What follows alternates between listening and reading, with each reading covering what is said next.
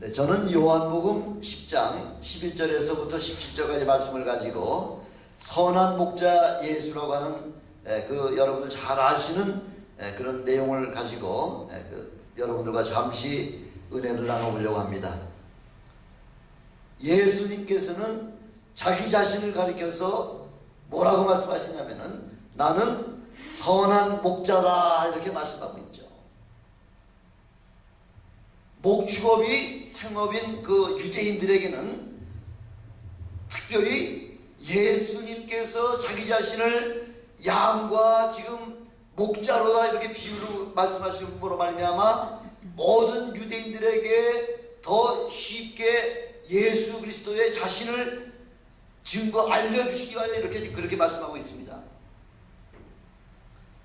예수님은 30년 동안 목수로 사셨죠. 이 목축업은 예수님의 전공이 아닙니다. 그럼에도 불구하고 창세기로부터 시작해서 성경 전체는 바로 양과 목자의 관계를 통해서 양의 희생을 통해서 우리의 죄의 문제를 해결할 수 있는 그런 모든 문제를 우리 하나님은 양과 목자를 통해서 우리에게 지금 말씀을 해주고 계시는 것입니다.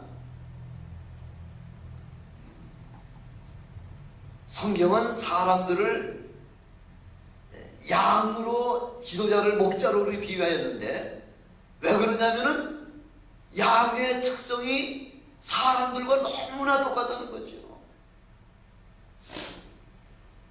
그 양은 목자가 잠시라도 돌보지 않냐면은 각각 자기의 길로 가면서 자기 길로 가다 보면 결국은 맹수하게 잡아먹히고 그런 운동에 빠져서 죽을 수밖에 없는 것이 바로 양의 생태라는 거죠.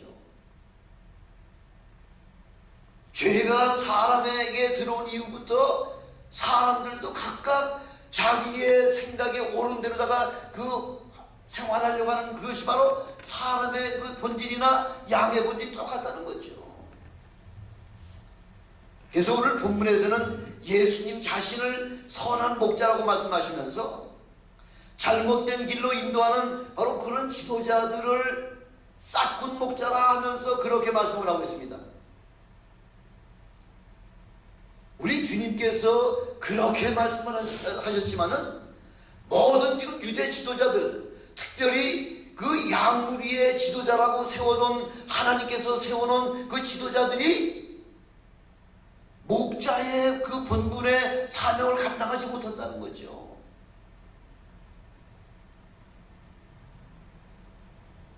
이 양을 그 죽음의 길에서 인도해서 생명의 길로 먹지 못하는 그 푸른 초장으로다가 인도하고 잔잔한 쉴만한 물가로 인도해서 양을 살찌우게 하고 양을 모든 그 맹수의 공격으로부터 보호해줘야 될 그 책임자가 바로 누구냐면 서로 선한 목자라는 거죠. 근데 지금 하나님께서 세우는 그 이스라엘의 목자들 가운데에 이렇게 하나님의 그 계획대로다가 양들을 잘 인도할 만한 그런 선한 목자가 하나도 없다는 거죠. 다 뭐란 얘기예요? 우리 예수님께서 말씀하시기를 모든 그 목자들은 그 참 목자가 아니라는 거죠. 싹군 목자라는 거죠. 싹군은 뭐가 아니라고 지금 말씀하고 있나요? 싹군은 지금 목자가 아니다 이렇게 말씀하고 있지 않습니까? 양도 재앙이 아니라는 거죠. 그러니까 모든 어려움이 닥치게 되면은 그 싹군은 자기 생명 하나 살리려고 그 양들을 제쳐놓고 다 도망가 버린다는 것입니다. 그래서 오늘 우리 주님께서는 선한 목자는 첫 번째 11절에 보니까 양들을 위해 목숨을 버릴 수 있는 바로 그런 목자가 선한 목자라는 거예요. 11절에 보니까 나는 선한 목자라. 선한 목자는 양들을 위하여 목숨을 버릴 수 있는 자가 바로 선한 목자라는 거죠. 하나님께서 양무리를 인도하고 저들을 보호하고 그 다음에 그 양무리들을 잘 섬길 수 있도록 그렇게 하기 위하여 목자들을 세워놔 주셨는데 오히려 섬기기는커녕 어떻게 됐다고요? 예, 양무리들을 위해 군림하는 자가 됐다는 거죠. 하나님께서 이스라엘을 세우시고 백성들을 가리켜서 내 양이다 이렇게 말씀하고 있죠. 우리 모든 양은 다 누구의 양이라고요? 하나님의 양이라는 거죠. 근데 목자들은 마치 제 양인 것 같이 그렇게 양들을 부릴 뿐만 아니라 여차하면 위험이 닥칠 것 같으면 양들을 버리고 도망가는 그런 싹구는 바로 하나님께서 세워놓으신 참 선한 목자가 아니라고 지금 우리에게 말씀을 하고 계시는 겁니다.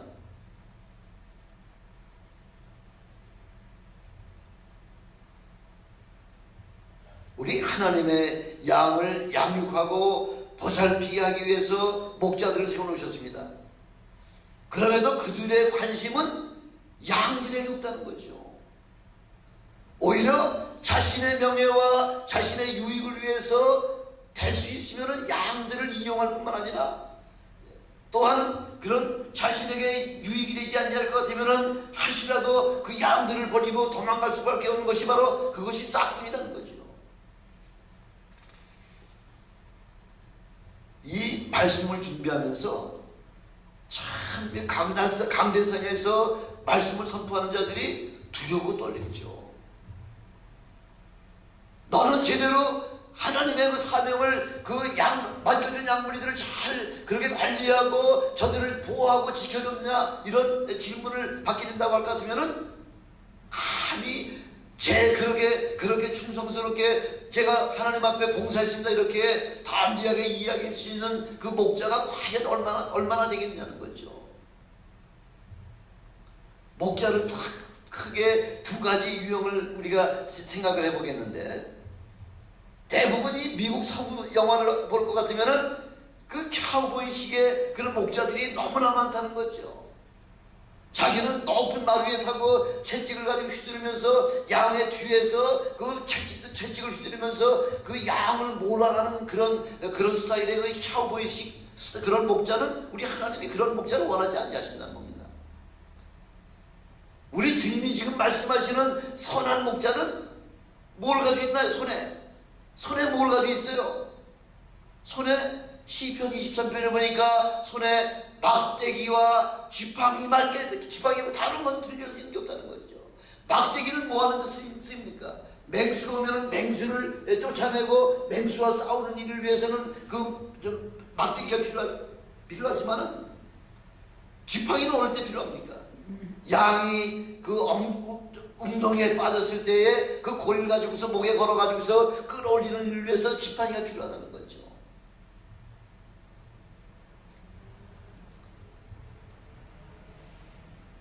그러나 하나님의 양무리를 맡은 종교의 지도자들은 지금 백성들을 위해 군림하고 자기 명예를 위해서 혈안이 되고 있다는 것입니다. 양을 양육하고 보호하려면 절대적인 것이, 우리 주님께서는 자기 자신을 또 뭐라고 말씀하셨습니까? 나는 양의 문이다 이렇게 말씀하고 있는 거죠. 양을 보호하고 양을 관리하려면 그 우리 안에 들어와서 그 문이 굉장히 중요한 역할을 한다는 거죠. 그 문을 통해서 그 양들이 나오기도 하고 그 양문을 통해서 양들이 들어가서 그 목자의 보호를 받고 그 목자 들어가며 나오며 꼴을 먹을 수 있는 바로 그 유일한 문이 바로 양의 문이라는 것입니다.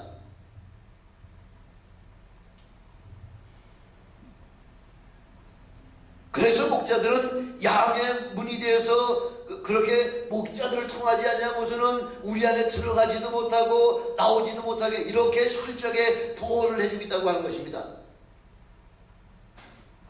이 바로 양의 문은 하루 일과의 시작과 끝이 되기도 한다는 것입니다.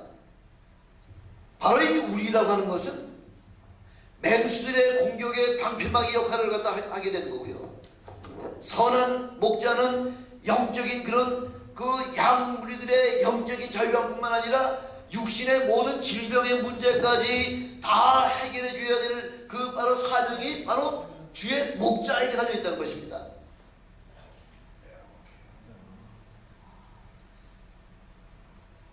그래서 양들은 맹수의 공격에서 양들을 맹수의 공격에서 아주 목숨 걸고 지켜주는 자라야지만 선한 목자라는 것입니다. 구약성경의 대표적인 목자가 누군가요? 구약성경의 대표적인 목자를 두 사람만 들으라고 할 것 같으면 여러분은 어떤 사람들을 그 목자로 들 수 있겠습니까? 저는 주저함 없이 야곱과 다윗을 제가 들 수가 있습니다. 야곱은 창세기 31장 38절로부터 40절까지 말씀을 보면은 야곱은 외삼촌 라반의 그 양들을 갖다 양육하기 위해서 20년 동안이나 그 외삼촌의 양을 관리하고 치리하고 그 목자의 사명을 잘 감당한 사람이 바로 야곱이죠. 31장 38절 40절의 말씀을 보니까 야곱은 외삼촌 그 양이 그 임신을 했을 때 낙태치 않게 했다는 겁니다. 맹수에 물려 찢기지 않게 그렇게 보호했다는 얘기고요. 또한 도적들의 그 손을 타지 않도록 도적을 맞지 않도록 밤낮으로 지켰고 낮에는 더위를 무릅쓰고 밤에는 추위를 당하면서 눈 붙일 겨를도 없었다 이렇게 고백을 하고 있지 않습니까? 바로 이런 목자라야지만 선한 목자라는 거죠. 바로 야곱은 믿음의 조상 아닙니까?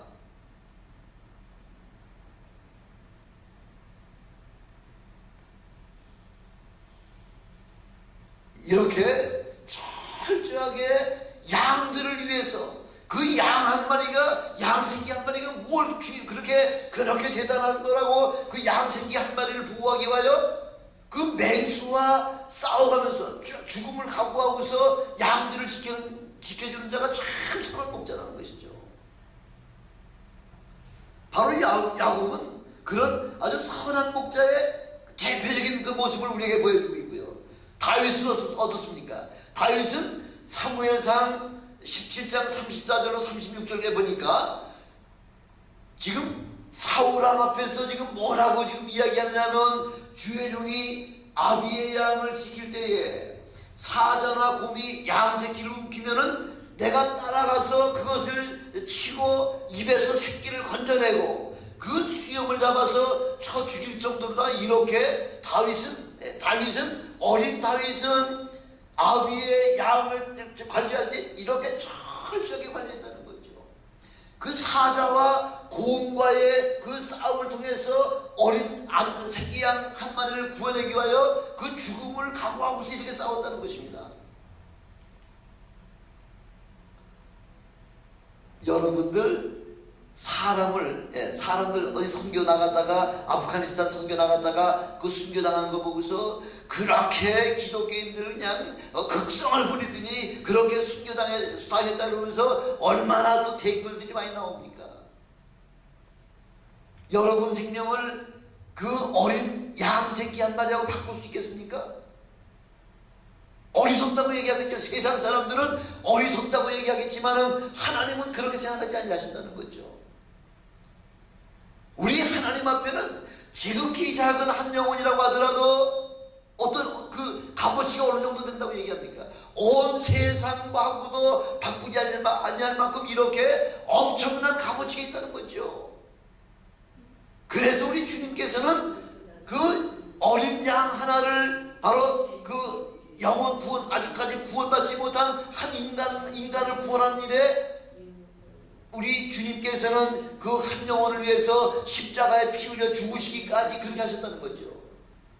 헛수고입니까? 예, 낭비입니까? 하나님의 아들이 겨우 그 한 사람, 그 불신자 한 사람을 구원하기 위하여 그렇게 피를 흘려가지고 죽는 그런 경제적으로다가 참 값어치 없는 일을 갖다 하셨습니까? 이렇게 이야기할 사람은 있겠습니다만은 우리 하나님에는 바로 예수님은 한 영혼을 구원하기 위하여 자기 생명까지 내어놓으신 바로 선한 목자라고 이렇게 우리에게 지금 말씀을 해주고 있습니다. 그 죽으신 게 누구의 강요에 의해서 죽으신 거 아니에요. 너 저 영혼을 위해서 죽어줘야 되겠다 이래서 죽어준 거 아니에요. 지금 요한복음 17장에 뭐라고 말씀하고 있냐면은 뭐라고 말씀하고 있습니다. 아버지께서 나를 사랑하시는 것은 내가 다시 목숨을 얻기 위하여 목숨을 버림이라. 목숨을 버렸다는 거죠. 자살했다는 얘기입니까? 자살했다는 얘기가 아니에요. 예, 그 한 영혼을 위해서 자기 생명까지 다 내어주셨다는 얘기죠.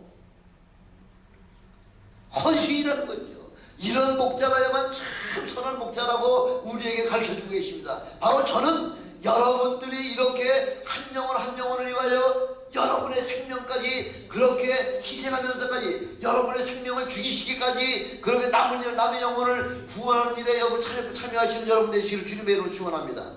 두 번째 선한 목자는 15절에 보니까 아버지께서 나를 낳으시고 내가 아버지를 하는 것 같으니 나는 양을 위하여 목숨을 버리노라 이렇게 말씀하고 있죠.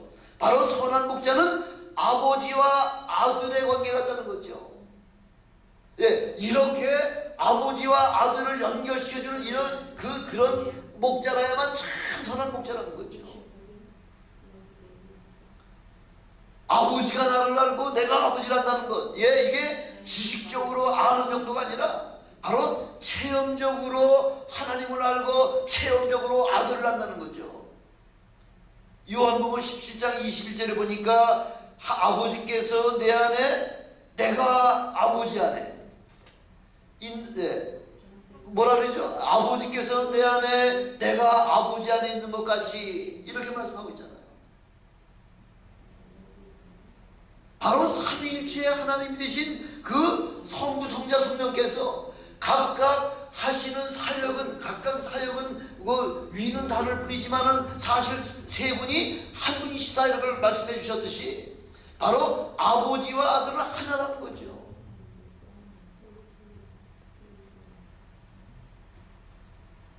그래서 우리 주님께서 마지막 하나님 앞에 기도하시면서 저희도 우리 안에 있게 해 주시옵소서 이렇게 우리 주님이 저와 여러분을 하나님 안에 들어와 있게 해달라고 그렇게 하나님 앞에 간구하고 있지 않습니까?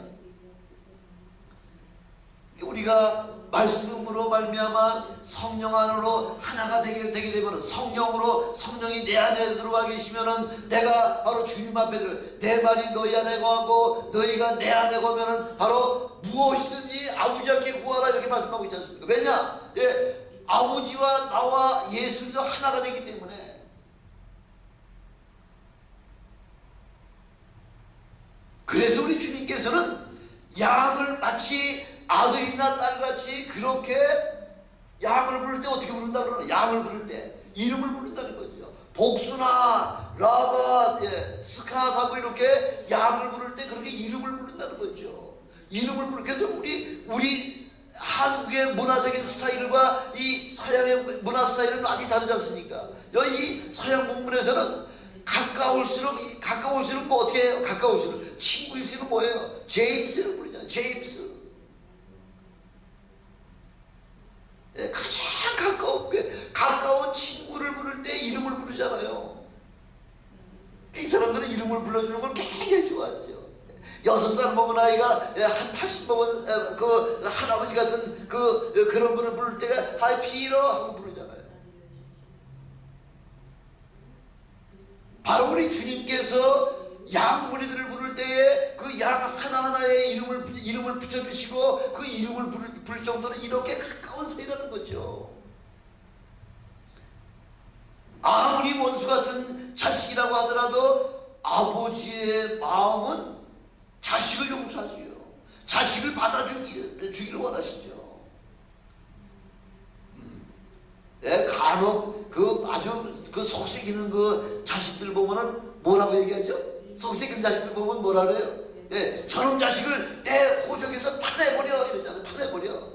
말은 그렇게 하지만은 아버지의 심령은 그렇지 않다는 거죠. 누가복음 15장에 얼마나 탕자의 비유를 통해서 그 아버지의 마음을 우리에게 지금 전해주고 계세요. 아버지의 그 많은 재산을 다 탕진해버리고 온 그 자식이 아버지의 마음을 그렇게 아프게 해놓고서 떠나가버린 그 아들이지만은 아버지의 마음은 그 아들이 떠나간 순간부터 매일같이 대문을 열어놓고 그 탕자와 같은 아들, 그 뭐 잃어버려도 괜찮을 만한 그런 아들을 밤마다 기다리시는 분이 바로 우리 아버지의 마음이라는 거죠. 마침내 그 아들이 모든 재산을 다 탕진하고 몸은 병이 들어가지고서 그냥 천천히 들어오는 그 모습을 바라보면서 아버지는 그 신발도 신지 않고 달려가서 아들의 목을 좀 껴안고서 뭐라고 얘기했냐면, 아버지요, 나는 아버지의 아들이라 그걸 감당할 수가 없습니다. 그 아들이 그렇게 고백하고, 차라리 아버지 중에 아버지의 그 품꾼의 하나로 나를 받아주소서 이렇게 이야기할 때에 우리 아버지는 뭐라고 얘기하시나요? 누가복음 15장 24절에 보니까 이는 내 아들은 이 아들은 죽었다가 다시 살아났으며 내가 잃었다가 다시 얻었다는 거죠.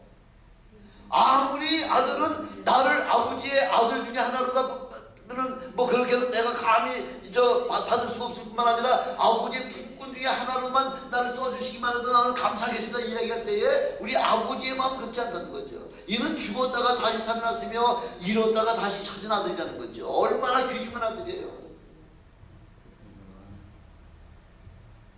14절에도 보니까 내가 내 양을 알고 양도 나를 안다는 거죠.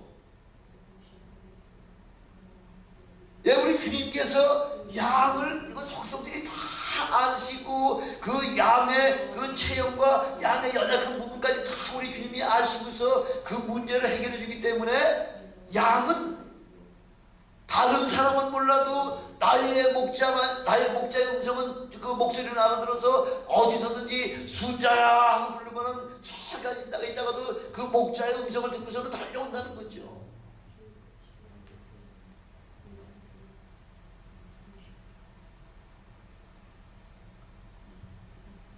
그래서 그 양을 내 양을 위해서 목숨을 버리시겠다고 14절에 그렇게 고백을 하고 계시지 않습니까? 보잘것없는 새끼 양을 위해서 죽음을 무릅쓰시는 그런 싸움을 그렇게 싸우시는 분이 바로 우리 주님이시라는 거죠. 나와 여러분을 위해서 그렇게 싸워주신다는 거죠. 그래서 요한복음 6장 30절에 보니까 내게 오는 자는 내가 결코 쫓지 않겠다는 거예요. 쫓지 않겠다는 거예요. 어떠한 형편이든지 다 받아주시겠다는 거죠. 근데 요한복음 9장에 보시면은 그 예수님으로부터 소경의 눈을 뜨게 된 그 청년이 이 사람의 눈을 뜨게 한 것은 바로 저 예수라고 하는 사람을 통해서 눈을 뜨게 했다니까. 지금 그 모든 사실이 분명히 다 드러났음에도 불구하고 그 바리새인이나 서기관들은 굳이 그 말을 믿으려고 하질 않죠. 억지로 부인하도록 만들려고 아무리 그렇게 해봤지만 그 청년, 그 소경되었다가 눈뜬 청년에게 찾아가서 너 정말 눈뜨게 한 사람이 어떻게 돼서 눈 떴느냐 다시 물어보는 거죠. 그 사람은 죄인이기 때문에 사람의 눈을 뜨게 할 수가 없다 이렇게 이야기함에도 불구하고 그 소경으로 있던 거지 그 청년 하나는 뭐라고 지금 얘기하느냐면 이상하다는 거죠. 아니 창세 이래로 지금까지 소경의 뜰을 떴다고 하는 사실이 성경에 전혀 없었는데 어떻게 내 소경되었던 내 눈이 뜨어진 것을 바라보면서도 이것이 하나님의 사역이 아니라 하나님이 하신 것이 아니라 이것을 죄인이 어떻게 그런 큰 일을 할 수가 있느냐는 거죠. 그러면서 계속해서 물어보니까 당신들도 그 예수님의 제자가 되고 싶어서 그렇게 물어봅니까? 물어보는 거죠. 오히려 지금 선지자들, 바로 그 제사장들이나 그 바리새인들을 갖다가 지금 말씀으로다가 지금 양육하고 있습니다. 양육. 누가? 소경된 거지였던 소경, 바로 그 사람이 바로 공부를 많이 했다고 한 바리새인 서기관들을 지금 말씀으로 지금 하나님의 말씀으로 바른 말씀을 지금 양육을 하고 있습니다. 그런데 그 사람들이 마음의 자존심이 상해가지고서 내가 온전히 죄 가운데서 나서 우리를 가르치느냐 하고 어떻게 했다는 거예요? 쫓아내어 보냈다는 거예요.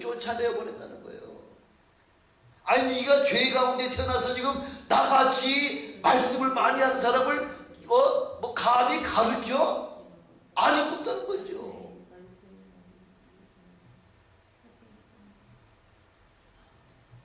왜 그렇게 쫓아냈을까요? 왜 바리새인과 서기관들이 그 소경되었다가 눈뜬 그 청년을 갖다가 내어줬을까요? 뭐 때문에? 자기 양이 아니기 때문에. 자기 양이 아니기 때문에 그래서 내주는 거예요. 자기 양이 아니기. 그 다음에 또 그 사람은 목 아니기 때문에, 목자가 아니기 때문에, 선한 목자가 아니고 싹군 목자이기 때문에 자기에게 찾아온 그 양이라고 하더라도 쫓아내버리는 겁니다. 지금 싹군들에게는요, 죽을 병에서 지금 살아나고요, 소경되었다가 지금 다시 눈을 뜨게 하고요, 여러 가지 어려운 상황 속에서 그렇게 회복되는 역사를 체험하고서도 거기에는 관심이 없어요. 선한 목자가 아니기 때문에 전혀 관계가 없는 거예요. 그럼 뭐 무슨 타령만 하는 거예요? 무슨 타령만? 요한복음 5장에 나와서 38년 된 그 병자를 회복시켜줘가지고서 지금 내 자리를 들고서 집으로 가라고 하는 그 사람에게 지금 뭐라고 얘기하는 거예요, 지금? 누가 안식일에 너를 가지고서 짐을 들고서 집으로 가라고 얘기했느냐? 이 안식일에 누가 내 눈을 뜨게 했느냐는 거죠. 지금 안식일 타령이에요, 안식일 타령. 가장 중요한 것은 지금 한 생명이 사망에서 지금 생명으로 옮겨지는 그 엄청난 은혜를 체험하면서도 내 양이 아니고 목자가 아니기 때문에 지금 왜 안식일날 네 병을 고쳐가지고서 그렇게 그 안식일날 어기느냐는 거죠.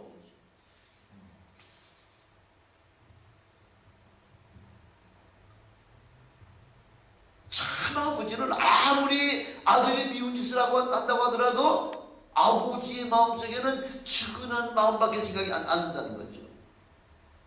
선한 목자는 아버지와 아들의 관계같이, 이렇게 아버지가 아들을 알고 아들이 아버지를 알 것 같이, 이렇게 완전하게 하나가 되는 역사가 될 때에 그 목자를 참 선한 목자다, 이렇게 얘기하는 겁니다. 세 번째 선한 목자는 16절 17절 보니까 우리 밖에 양을 위하여서도 목숨을 버리는 자다. 이거 한번 보시죠. 16절 17절 보시죠. 송자노님 16절 17절 한번 보시죠. 16절 17절 뭐라고 나와 있죠? 같이 한번 읽어볼까요? 16절 17절 뭐라고? 16절 같이 한번 읽어보시죠. 또 이 우리에 들지 아니한 다른 양들이 내게 있어 인도하여야 할 터이니 저희도 내 음성을 듣고 한 무리가 되어 한 목자에게 있으리라. 이게 무슨 말씀이에요? 이게 무슨 말씀이에요? 우리 안에 있는 우리만 구원받아가지고는 안 된다는 거죠. 지금 이스라엘은 이스라엘 사람들만 지금 은혜 받고 이스라엘 사람들만 하나님의 자녀가 되고 우리만 구원받자는 거잖아요. 근데 우리 주님의 생각은 그게 아니라는 거죠. 주님의 생각은 그게 아니라 지금 뭐 어떻다는 얘기예요? 우리 바깥에 있는 양도 내가 필요하다는 거죠.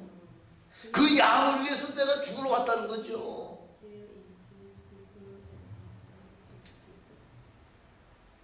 우리의 들지 아니한 다른 양들이 내게 있다는 거죠. 내가 인도해야 할 터이니 저희도 내 음성을 듣고 한 무리가 되어 한 목자에게 있어야 된다는 거죠. 목자의 선한 목자의 그 관리 안에 들어와야지만 저 우리 바깥에 있는 사람도 그 사람들도 구원시켜야 된다는 거죠. 이 말씀 안에 엄청난 그 선교의 메시지가 들어있지 않습니까? 선교의 메시지가.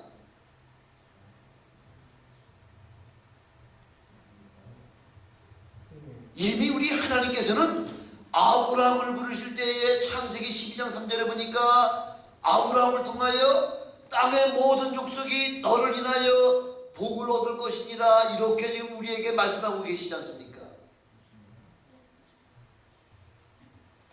모든 자들, 이방 민족뿐만 아니라 모든 민족이 다 아브라함으로 말미암아 다 복의 근원에, 복의 근원, 왜 복을 다 받아야지만 됐다는 거죠. 그것이 우리 아버지 하나님의 마음이라는 거죠. 창세기 12장부터 세계 선교의 사명을 이스라엘 백성에게 4,000년 전에 4,000 years ago부터 벌써 이스라엘 백성에게 너희들을 통해서 너희 후손을 통해서 온 세계가 다 복음을 받고 구원의 은혜를 체험해 있다고 이렇게 약속의 말씀을 명령의 말씀을 주셨음에도 불구하고 지금 이스라엘은 지금까지 이방인 구원에 대해서 외면하고 있지 않습니까? 하나님을 뜻에 저버리고 있지 않습니까? 그래서 우리 예수님께서는 우리 하나님께서는 예수님을 이 땅에 이방 선교를 위해서 세상에 보내신 바로 최초의 선교사가 바로 우리 예수님이시라는 거죠. 이스라엘이 지금 말을 듣지 않기 때문에 그래서 이스라엘의 말을 듣지 않으니까 이스라엘 사람들의 마음을 강팍하게 하신 분도 바로 하나님이시라는 거죠. 아무리 이야기를 해도 도무지 이방 사람들을 전도하려고 생각하지 않기 때문에 그러면 유대인들의 그 눈을 가려놓으시면서 사도 바울을 이방 선교에 바로 가장 일선에 내세워가지고서 사도 바울을 통하여 온 세계 이방인들에게 복음을 증거하는 그 선교의 역사가 시작되지 않았습니까? 로마서 9장 17절에도 보니까 하나님은 바로 같은 하나님을 대적하는 사람을 통해서도 바로 하나님께서 전능하심과 하나님의 그 놀라운 능력을 그 바로를 통해서 지금 온 땅에 전파하게 하시기 위하여 바로 같은 사람을 내 종으로 세웠다 이렇게 말씀하고 있지 않습니까? 하나님은 꼭 선한 사람만을 통해서 역사하시는 분이 아니라 선한 사람은 선한 사람들로 사역을 하시고요, 악한 자는 악한 자들을 통하여 그렇게 하나님의 능력을 증거하게 하심으로 말미암아 선교의 그 매체로 삼아주셨다는 거죠. 로마서 9장 25절에 보니까 호세아 그래도 이르기를 내가 내 백성 하는 자를 내 백성이라 사랑치 아니한 자를 사랑한 자라 부르리라 이렇게 벌써 이미 약속해 주고 계시지 않습니까? 우리 하나님의 마음은 온 세상 사람을 다 사랑하시고 온 세상 사람들을 다 하나님의 백성으로 그렇게 불러주시기를 원하시는 그것이 아버지 하나님의 마음이라는 거죠. 그래서 하나님은 유대인이나 헬라인이나 차별치 아니하신다고 그렇게 약속하고 계시지 않습니까? 선한 목자는 우리 안에 있는 양들만이 아니라 우리 바깥에 있는 그 양들까지 구원하시기를 원하시는 분이 바로 우리 주님의 마음이라는 겁니다. 그 일을 위해서 하나님은 저와 여러분을 부르셨습니다. 여러분이 선교사로 나가시든지 아니면은 선교사를 지원해 주시든지 나가든지 아니면 보내든지 두 가지 중에 어느 것든지 하라는 거죠. 저는 16년 전에 지난주에 오셨던 그 홍명선 선교사님 계시잖아요. 저 16년 전에 우리 집에서 바이블 스타디 하던 그 몇 명이 그 홍명선 집사님이 그 캐나다 가신다고 해서 우리 그 무릎 꿇어 앉혀놓고서 우리가 안수했습니다. 우리 홍명선 집사님 지금 캐나다로다가 이주를 하는데 캐나다 가면은 캐나다의 모든 사람들을 캐나디안들을 전도할 수 있는 선교사가 되게 도와주시옵소서. 평신도예요. 평신도를 안수해서 내보낸 거예요. 아무도 그 일이 이루어지려고는 상상을 하지 못했지만은 저가 캐나다에 가자마자 그 선교의 사역을 담당하기 시작했다는 거죠. 하나님은 우리의 기도를 들으셨다는 거죠. 우리의 작은 신음소리까지도 들으시는 우리 하나님이시라고 말씀하고 있지 않습니까? 그때부터 저 한 20여 년 전부터 저에게도 그런 선교의 그런 사명을 주셔가지고요, 파나마를 가게 하시고요, 저 콜롬비아를 가게 하시고요, 저 베네수엘라를 가게 하시고, 멕시코를 가게 하시고, 과테말라 가게 하시고, 중국을 가게 하시고, 러시아를 가게 하시고, 칼미키아를 가게 하시고요, 캐나다를 가게 하시고, 전 미주를 다니게 하실 뿐만 아니라 한국 등에서 여러 가지 이 선교에 동참할 수 있는 그런 은혜를 우리 하나님께서 저같이 부족한 사람에게도 그렇게 부어주셨다는 거죠. 그것뿐이 아니지 않습니까? 마태복음 25장에 보니까 어떤 사람을 대하는 것이 바로 내게 대하는 것이라고 말씀하고 있나요? 지극히 작은 자, 감옥에 있는 자, 지금 병상에서 누워있는 자들, 그 다음에 먹을 것이 없어가지고서 좀 굶주리고 있는 그 홈레스 피플, 이런 모든 자들을 그렇게 우리가 접촉하게 하심으로 말미암아 감옥 섬기하게 하시죠. 양로원을 통해서 많은 그 노인들, 이제 양로원에 가시는 분이 어떤 분들이에요? 뭐 인생에 새로운 희망 가지고 가신 분이 아니잖아요. 인생의 마지막 길을 준비하기 위하여 들어가신 바로 그런 영혼들이 참 중요하다는 거죠. 참으로 중요하다는 거죠. 강건한 그런 젊은이들, 그런 영혼도 중요하지만은 이제 마지막 생을 마감하는 그 영혼들을 위해서 말씀을 전하고 그 영혼들을 변화시키는 그 일이야말로 참으로 지극히 작은 자게 한 바로 주님 앞에 하는 이야기 사역이라고 지금 우리에게 그렇게 말씀하고 있지 않습니까?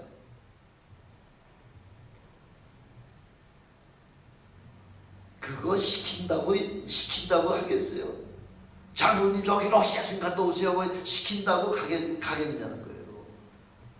어떤 마음으로, 우리는 어떤 마음으로 사역을 감당해야 되네. 어떤 마음으로 주의 일을 해야 되는 거예요? 자원하는 심령으로다가. 그래서 우리 지금 우리 성도들 가운데서도 그런 선교사님들 오면은 견디지 못하죠. 견디지 못해요. 어려운 자가 오면은 견디지 못하죠. 왜? 지극히 작은 자를에게 한 것이 바로 내게 한 거라고 그렇게 말씀하셨기 때문에 선교사님 오면은 어떻게든지 그들을 좀 다만을 많아도 좀 지원해 주려고 그렇게 애쓰는 모습들을, 여러분들 모습들을 보면서 하나님의 말씀은 살았고 운동력이 있다고 하는 사실이 얼마나 새삼스럽게 느껴집니까? 근데 간혹가다 선한 일을 하면서 불평불만하는 분들 계시잖아요. 선한 일 하면서 할 거 다 하면서 뒤돌아서 가지고서 불평하는 분들 있잖아요. 이거는 하나님이 기뻐하시지 않는다는 거죠. 주님 일하다 보면은 밤낮 적지 않았죠. 내가 뭐 좀 쓸만하니까 또 써야 될 일이 생겼다고 해가지고 밤낮 손해같이 생겨야 되지만은 손해입니까? 아니에요. 손해 아니에요. 하나님 앞에서는 하나님의 이름으로 드리는 모든 것들로 말미암아 여러분의 삶이 더 풍성한 삶을 누리시는 여러분 되시길 주님의 이름으로 축원합니다. 지극히 작은 자에게 한 것이 바로 내게 한 것이라고 주님, 그 여러분 하신 모든 것들을 다 지금 하늘 보고에다가 지금 쌓아놓고 계시는 겁니다. 매사에 감사함으로 행하십시오. 주님의 일 하다가 보면은, 주님의 일 하다 보면요, 뭐가 제일 많이 오나요? 욕을 제일 많이 먹죠. 가만히 점잖게 있으면 욕 하나도 안 먹지만은 주의 일을 한다고 이렇게 하다 보면은 계속 얻어맞고 욕 먹고 그러죠. 그럼에도 불구하고 욕 먹으면서도 불구하고 주의 일은 자기가 자원하는 심령으로다가 감당할 때에 바로 그런 목자를 갖다가 무슨 목자라고 얘기하면 선한 목자다 이렇게 말씀하고 있는 거죠. 여러분 선을 행하다가 낙심하지 마시기를 주님으로 축원합니다. 예수님은 양을 위해 자기 생명을 아끼지 않고 버리신 것 같이 바로 저와 여러분은 우리 밖에 있는 저 양을 위해서도 스스로 목숨을 내어줄 만큼 그렇게 사랑하시는 여러분이 되시기를 주님의 이름으로 축원합니다. 아멘. 기도하시겠습니다. 전능하신 아버지 하나님, 은혜와 사랑을 감사합니다. 아버지, 우리 주님은 자기 자신을 가리켜서 뭐라고 말씀하시냐면